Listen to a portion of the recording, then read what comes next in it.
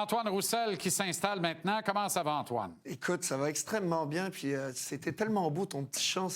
C'était de la musique à mes oreilles. Très bien. As-tu entendu ce qui précédait, par exemple? Pas tout à fait. Ça avait un peu plus Pas d'allure. tout à fait. Tony me parlait pendant 10 minutes du choix du gardien de but. Puis là, je pense qu'il a fait un show dans un autre show en ce moment. Oui, bien là, c'est parce qu'il a refusé qu'on parle du gardien de but tantôt, parce qu'il sait que je vais avoir l'air d'un maudit cave, comme d'habitude. Finalement... Fait que là, il n'y avait personne pour le regarder. Là, il y avait plus personne. était correct. Il a dit, je vais dire ce que j'ai à dire, mais dehors, dans le corridor. Il a ventilé, grosso modo. Non, mais il a ventilé. Mais parlant du choix du gardien de but, moi, j'étais de ceux qui disaient la semaine dernière, actuellement, c'est Dobesch qui est hot.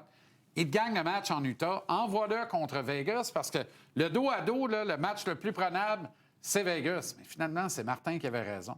Tout à fait. Puis le fait est que Montembeault aussi revenait d'un match où il s'était fait chasser. Est-ce que tu l'envoies contre la meilleure équipe aussi? Tu sais, il y a une gestion à faire à ce niveau-là. Bien, en même temps, on gère un club de la Ligue nationale, mais quand tu regardes les 13 matchs en 23 jours en décembre, il fallait le préserver, il fallait le protéger. Tu sais, ça ne se gère pas nécessairement au jour le jour non plus. Là. Ils anticipent, ils se font un plan de match à la semaine, puis comment ça fonctionne et tout ça. Donc, c'est pas... des fois, ça se change, c'est malléable, mais il faut qu'ils planifient aussi. Bon, la règle des bonnies de signature dans les contrats va changer en juillet prochain.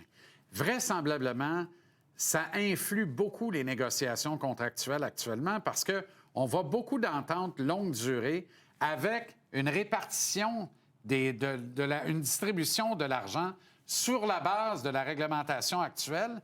Et le dernier qui en sort gagnant chez le Canadien, on est des spécialistes de fiscalité en ce sens-là, et ça sert Mike Matheson. Tu sais, tout le monde disait, Mike Matheson, c'est 7,5 millions minimum pendant 6 ans minimum sur le marché des joueurs autonomes l'été prochain. Plus que ça, Jean-Charles. Moi, la semaine dernière, ici, je disais, je pense qu'il va accepter 6,5 millions pendant 5 ans parce qu'il veut rester à Montréal et ne veut pas déménager sa famille. Mais Tabaslac, il a pris 2,5 millions de moins, il a pris 6 millions par année pendant 5 ans. Je suis sur le derrière, Antoine. Écoute, j'ai encore de la glace sur mon postérieur parce que je suis tombé tellement de haut, Jean-Charles. Ça n'a pas de bon sens. Écoute, premièrement, là, c'est tout à son honneur et c'est un bon coup pour les deux parties. Pour Mike Matheson, il assure l'avenir de sa famille. Pour le Canadien, on a un défenseur fiable qui est capable de manger des minutes. Il n'y a pas de problème, là. Moi, des fois, quand je regarde ce genre de signature-là, je mets encore mon équipement d'ancien joueur, puis je regarde ça en tant que gars qui a représenté l'association des joueurs, puis je me dis, tu sais, il fait-tu mal à quelqu'un, ce contrat-là? Un petit peu, parce qu'on le sait tous, là, les contrats sont comparés les uns avec les autres. Donc, quand Mike Matheson signe pour moins cher, tu sais bien qu'il y a un dirigeant de la Ligue nationale qui va arriver, il va dire, Mike Matheson, il a signé pour ça. Est-ce que c'est ça ton comparable? Bien sûr. Donc, t'enlèves de la valeur un peu.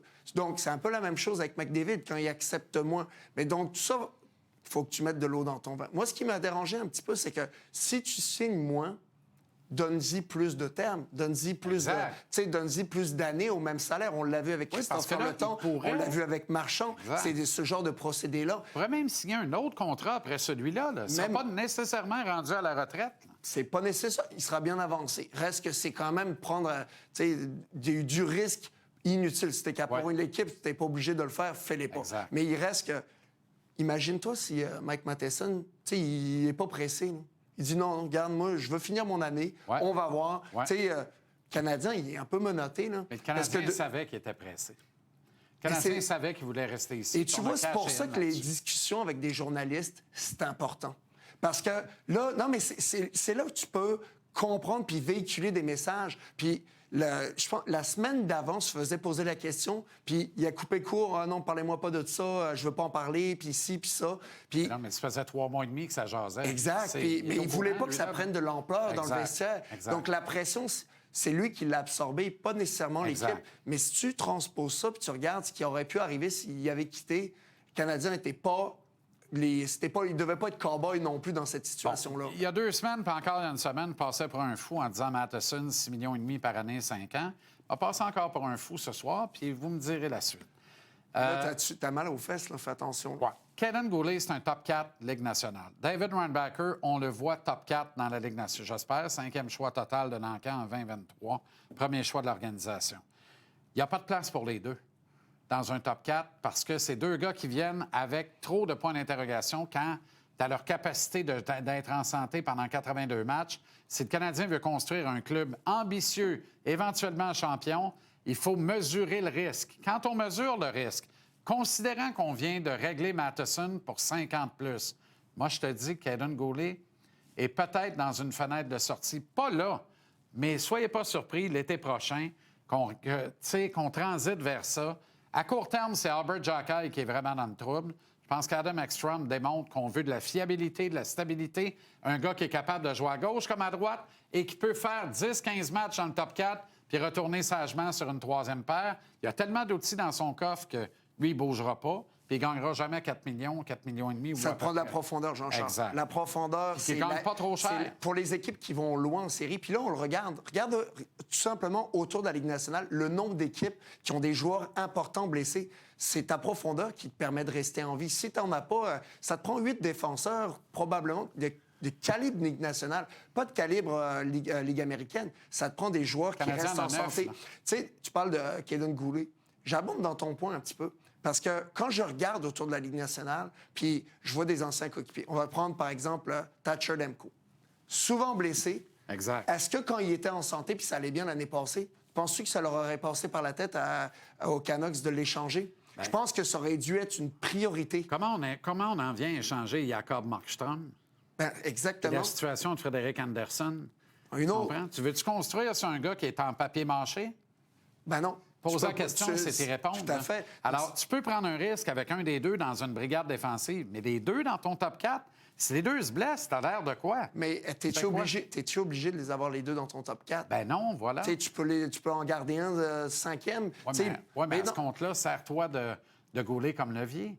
Tu regardes l'échiquier du Canadien. Ça te prend de la profondeur, Jean-Charles. L'avantage de Ryan Backers, il est droitier, Guhle gaucher. Tout à fait. Fait que ça, c'est un avantage non négligeable. Puis là, tu as réglé Matheson. Excuse. Ça crée de la congestion, c'est officiel. Mais il reste qu'en ce moment, tu en as toujours des blessés. Bref, c'est quand même, on fait des plans sur la comète. Là, Ryan Backer, il n'est pas encore... On fait des plans sur la comète, j'adore ça. Mais c'est vrai, pareil, moi, je me vois contre les Ducks d'Anaheim en finale de la Coupe au printemps 2029. Là, tabarouette. Mais ça va être ça. Ça serait phénoménal. Gardez le temps. Mais il reste que le jeune, il n'est pas encore rendu là pareil. Tu sais, il n'en a pas fait assez... Tu parles de Ryan Backer? De Ryan Backer. Bien sûr. Il y a des croûtes à manger, il faut rester en santé, ça lui prend du volume. Non, mais c'est pour ça que je te dis, c'est pas demain la veille. Non. Mais là, on a des nécessités, on a des transactions, et on n'arrête pas de dire qu'il faut que tu payes pour recevoir. Qui a une meilleure valeur que Kaiden Guhle actuellement, même s'il est blessé? Il y a quand même un excellent contrat dans les mains. Puis en défense, ça vaut toujours plus. Ben voilà. Pense à ça. On est pas que je l'aime pas, moi j'adore Kaiden Guhle. Je lui prédisais 1000 matchs en Ligue nationale s'il ne brisait pas, mais il est brisé tout le temps. Mais non, c'est ça. C'est compliqué. Tu n'as pas le choix d'aller avec des options, de regarder qu'est-ce qui est disponible. Non, mais je suis d'accord avec toi. On marche main dans la main, Jean-Charles. Ouais, crois-tu ça, toi, que les gars, après la deuxième victoire vendredi à Vegas, la nature humaine étant ce qu'elle est, inconsciemment, ils se sont dit, hey, on est 2-2, job's done, c'est réglé. Puis ça a paru, ça veut dire qu'on a parti le match à Colorado avec une bonne intention, mais c'est pas la vraie intention. Notre intention, c'était de faire des ronds sur le lac. On patinait élégamment avec l'Avalanche. Moi, je regardais ça aller dans les 10 premières minutes. C'était d'une beauté. Puis le Canadien patinait en rivalisant avec l'Avalanche. Mais j'aurais pu... Tu m'aurais appelé, je t'aurais dit, on va en manger une calvasse. Check bien ça ouvrir. Parce que si tu joues comme ça contre Colorado, c'est sûr que tu vas finir en dessous. Puis par 3 buts, il tape la gueule à tout le monde cette année. Fait qu'il fallait jouer méthodique, plate. On a décidé de jouer en élégant, puis on a mangé une volée. Puis à domicile, ils sont dominants. C'est complexe de jouer ce type de hockey-là. Puis le Canadien, ils ont des armes. Est-ce qu'ils sont à armes égales pour le moment? Pas tout à fait. Bien, pas tant, non. Pas tant, non. Puis dans les buts, il n'y a pas nécessairement eu des gros arrêts, bien que c'est pas sa faute. Mais je trouve que défensivement, on était l'équipe... Je pense qu'il y avait peut-être le moins d'expérience. L'équipe ça paraissait que, justement, ils étaient dans un deuxième match en 2 soirs. Colorado aussi. Mais je trouve que leur expérience a fait la différence et pas du côté du Canadien. On a fait des erreurs de positionnement, de bâton. On n'était pas engagés. Écoute, il y a une bonne occasion de se reprendre demain. Mets tes bottes, ta crémone, pars ton char, va-t'en au studio. Ah non, c'est vrai, wait. Traverse l'autre bord. C'est la bataille, la Pennsylvanie. Oui. Penguin Flyers à notre antenne. Ça commence dans 15 minutes à peine. Merci, le Rooster. Ça fait plaisir.